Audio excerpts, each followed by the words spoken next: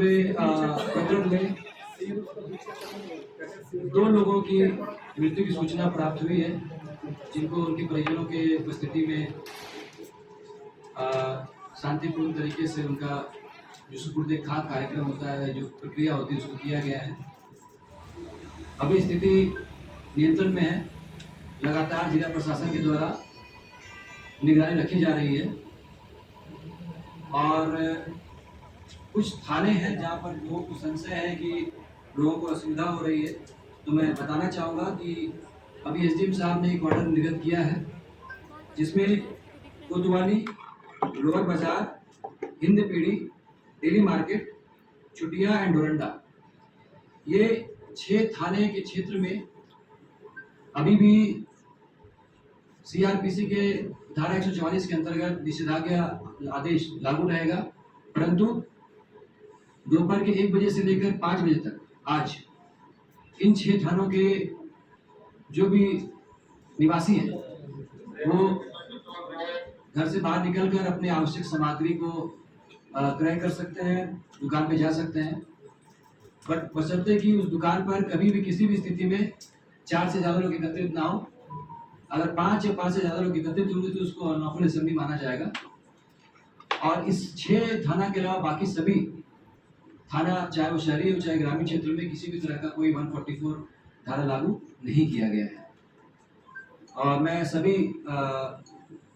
रांची वासियों को धन्यवाद देता हूँ कि पिछले 1 दिन में जो इंटरनेट सेवा बहाल हुई, सस्पेंड किया गया और लोगों को असुविधा हुई, उसके बाद भी उन लोगों ने जिला प्रशासन को काफ़ी सहयोग दिया और शांति और अमन कायम किया।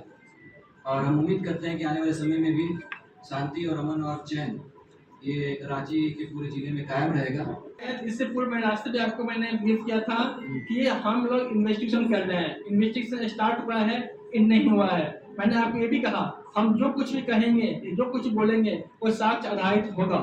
फिर मैं एक चीज आप दिया ऑलरेडी बोल चुका हूँ बिना क्वेश्चन आए कि इन्वेस्टिगेशन में जो लोग भी दोषी पाए जाएंगे वो कहीं के भी हो, किसी स्वरूप में हो, डायरेक्ट हो, इनडायरेक्ट हो, हम उसको छोड़ेंगे नहीं।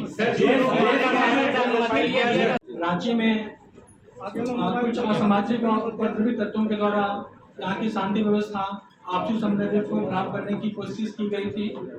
प्रोएक्टिव प्रशासन के माध्यम से जो हमारे पास अवेलेबल रिसोर्स और संसाधन थे, डिप्लॉयमेंट था, हम लोगों ने सर्टेन लेवल तक लोगों की मंशा को सफल नहीं होने दिया। उसके उपरांत शहर में एक कियोस्क था और स्थिति काफी डरावनी सी प्रतीत हो रही थी। इस संदर्भ में जिला प्रशासन के स्तर से कुछ एहतियात कदम उठाए गए थे। इस संदर्भ में 144 लगाए गए हैं और इंटरनेट सेवाएं भी स्थगित की गई थी, जो कि आज सुबह से फिर प्रारंभ कर दी गई है। अभी आप लोग जो खुद जो स्थिति देख पा रहे होंगे शहर की, लगातार जो है स्थिति सामान्य सी होती प्रतीत हो रही है और इसी संदर्भ में जो है जो सेवाएं लोगों को मिलनी चाहिए थी तो स्थगित हुई थी, उसको फिर से शुरू किया गया है। और इसी परिप्रेक्ष्य में जो इंटरनेट सेवाएं ऑलरेडी प्रारंभ हो चुकी हैं।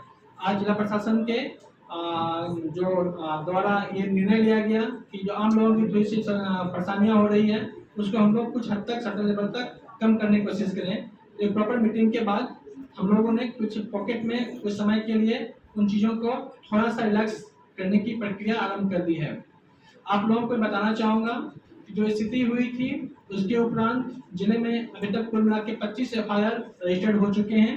कुछ मीडिया बंधु हमसे पूछ रहे थे कि कितने FIR हुए हैं, तो जिले में अभी 25 FIR प्रतिबंधित हुए हैं। कुल मिला के 22 लोग जो है नामजद हैं और जो है सैकड़ों अज्ञात केस हुआ है। इनफैक्ट इस पूरे मामले की जांच के लिए ऑलरेडी एक SIT फ्रेम किया गया है और वो SIT के साथ हमारा एनालिसिस विंग है, हमारा टेक्निकल विंग है, जो हमारे पास उपलब्ध साक्ष्य हैं, चाहे वो CCTV फुटेज का हो, चाहे वो ड्रोन कैमरा का हो, हमारा कंट्रोल रूम कैमरा की स्थिति हो, मीडिया बंधुओं से जो कुछ आए हैं हमारे पास वो है रिकॉर्ड, कुछ साइंटिफिक एविडेंस उठाए गए हैं, CID की तरफ से भी लगातार प्रयास किए जा रहे हैं। तो हम लोगों का काम इन्वेस्टिगेशन स्टार्ट हो गया है। सेम टाइम हम लोगों की सभी प्राथमिकता थी जिले में अमन चाहे दुरुस्त करने के लिए। इस परिप्रेक्ष्य में पुलिस मुख्यालय के द्वारा रांची जिले में 3500 के ऊपर फोर्स दिए गए हैं। इस फोर्स में हमारे रैपिड एक्शन फोर्स जो ट्रेंड होता है, उसके अलावा रैप और ATS, STF, जिला पुलिस के कर्मी और जो हमारे लोकल इनपुट्स के लोग होते हैं वो लोग शामिल हैं। संपूर्ण मामले की बहुत ही अच्छे तरीके से विश्लेषण और उस पर नजर रखी जा रही है, जिसका मॉनिटरिंग रांची जिला से भी हो रहा है और ब्रांच के द्वारा भी की जा रही है। आप लोगों को मैं ये बताना चाहूँगा कि उस पूरी घटना में जो है अभी तक स्थिति के अनुरूप गिरफ्तारियां क्यों नहीं हुई? अनुमति है लोग आपको क्वेश्चन आ रहा है तो सर सवाल ये है कि देश भर में जहाँ भी घटनाएं हुई हैं, सर देश भर में जहाँ भी घटनाएं हुई हैं 400 से ज्यादा गिरफ्तारियां हुई हैं। मास्टरमाइंड की पहचान की गई है, उनके ऊपर कार्रवाई हो रही है, कई जगह बुलडोजर भी चलाए जा रहे हैं। 48 घंटे से ज्यादा का वक्त हो चुका है, रांची में एक भी गिरफ्तारी अब तक क्यों नहीं हुई है, पहचान क्यों नहीं हुई है? आप खुद पूछ रहे हैं कि कौन है, कहाँ है, यहाँ है, वहाँ है, जहाँ है, ये सवाल अभी तक सवाल क्यों है? इसलिए क्योंकि हर जो इंसिडेंट है अपने आप में यूनिक इंसिडेंट होता है और यूनिक इंसिडेंट के का जो एक अपना सबका कोर्स ऑफ एक्शन होता है। हम यहाँ के इंसिडेंट की कंपेयर किसी और जगह से तब तक नहीं कर सकते हैं जब तक कि हम यहाँ अपने चीज़ों को देख ना लें, एविडेंस कलेक्ट नहीं कर लें। क्योंकि मैं जो बोलूँगा एक रिस्पॉन्सिबल पर्सन के रूप में, एक रिस्पॉन्सिबल मीडिया के रूप में बोलूँगा तो मैं वही बोलूँगा जो मेरे पास फैक्ट होंगे। मैंने फिर से कहा है यदि किसी और जगह पे कारण यहाँ के अपने हालात थे, यहाँ पे डिफरेंट तरह की इशूज हुए थे, डिफरेंट ग्राउंड हुए थे, यहाँ पे डिफरेंट तरह से इंजरी आए थे सारे ऑफिसर्स को। आपने देखा होगा यदि हम लोग इतने होते हैं तो DC ऑन द स्पॉट थे, DIG ऑन द स्पॉट थे, SSP, मैं खुद हमारे CTSP तमाम पदाधिकारी वहाँ स्पॉट पे थे। तो हमारे इंसिडेंट अलग थे और इंसिडेंट से हमारे हालात अलग थे, हमारी प्राथमिकताएं अलग हैं। बस इन्वेस्टिगेशन में जो मैं आप लोगों को बता चुका हूँ, जो निष्पक्ष इन्वेस्टिगेशन होगा, साक्ष्य आधारित होगा और निश्चित रूप से होगा। जो कर रहे हो कि रांची के अमन चैन को खराब कर देंगे तो वो हमारे सुसाइड से बच नहीं पाएंगे। तो वैसे सारे वीडियो, ऑडियो, कंटेंट्स जिससे कि सामाजिक सद्भाव, व्यक्तिगत और सामाजिक भावना, सामाजिक सद्भाव और एक कह सकते हैं कि जो समुदाय की मान्यताएं हैं प्रभावित होगी, हम लोग उस व्यक्ति के खिलाफ, उसके ट्विटर के खिलाफ, उस एडमिन के खिलाफ भी कठोर से कठोर कार्रवाई करेंगे।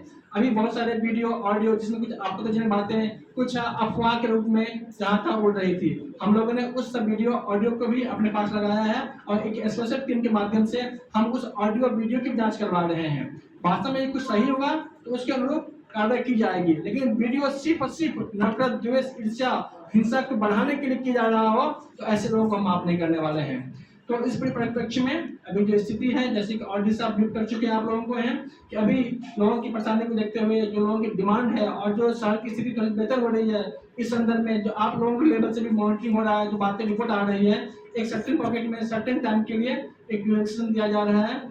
सेम टाइम पे हमारे पुलिसिंग के सारे डायमेंशंस खुले हुए हैं, हमारा ट्रैकिंग सिस्टम जारी है, हमारा जो है मतलब एनालिसिस का काम चल रहा है, इन्वेस्टिगेशन चल रहा है, FIR की प्रक्रियाएं चल रही है और हम लोग आप सभी के माध्यम से समस्त राज्य वासियों से अनुरोध करेंगे, अपील करेंगे, आपका शहर है, आप इसके वासिंदे हैं। किसी भी तरह की हिंसा से, नफरत से समाज में अमन चैन नहीं आ सकता है। आपसी सौहार्द, आपसी समन्वय, आपसी विश्वास और आपसी पारस्परिक भावनाओं का सम्मान करने से ही समाज बनता है। तो ये एक बगीचे की स्थिति है, यहाँ पे बात तो सबकी खूबसूरती तभी होती है जब हम सब खूबसूरती हो, ये तभी है जब हम एक दूसरे का सम्मान करें। इसलिए मैं समझ जिलावासियों से कर रहा हूँ, स्थिति सामान्य है, नियंत्रित हो रही है। आप लोगों को पास्ट में कुछ दिखते हुए, इसके लिए मैं पर्सनली क्षमा प्रार्थी हूँ कि आपको इंटरनेट यूज का मौका नहीं मिला या कुछ समय के लिए आप घर निकल नहीं पा रहे हैं, बट आपके सहयोग से ही संभव पा रहा है कि फिर से लोग ट्रैक पे आ रहे हैं।